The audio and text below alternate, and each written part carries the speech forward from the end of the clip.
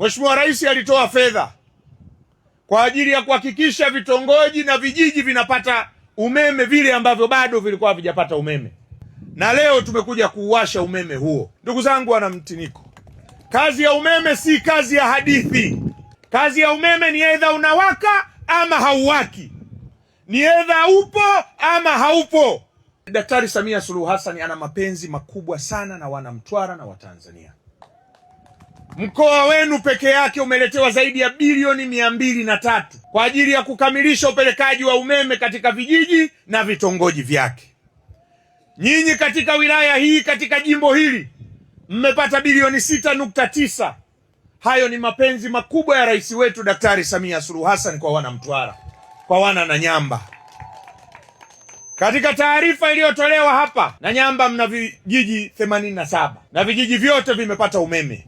Nanyamba hapa mna vitongoji 324. Katika vitongoji hivyo 306 vina umeme.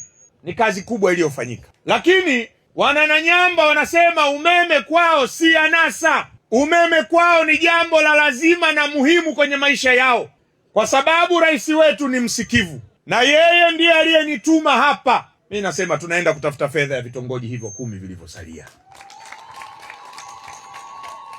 Na niwatake REA, na katibu mkuu wangu yuko hapa, ikatafutwe fedha.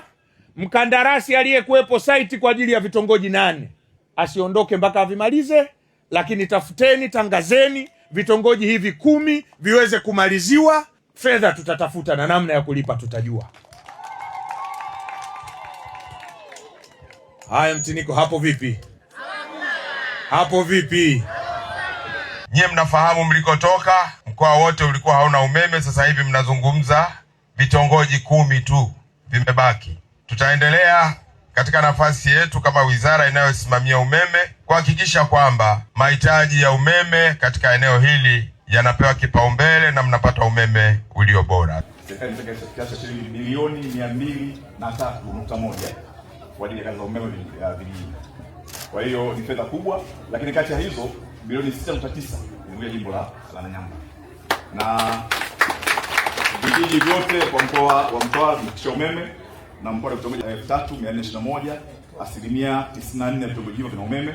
Na kwenye jimbo hili la Nanyamba lipo katika wilaya ya Mtwara ambapo kuna vijiji 110, lakini vijiji vingi vipo kwenye jimbo la Mheshimiwa Chota Nanyamba, vijiji 87 vyote vina umeme, na vitongoji 324, vitongoji 306 vina umeme.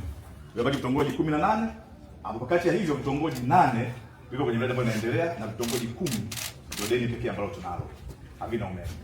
Na Mheshimiwa Chota akaleta maeneo 14 na hili hapa la 15 kijito cha maendeleo, akasema ni eneo ambalo anapata shida sana kwa maana ya maombi, lakini pia na shule kubwa na haina umeme.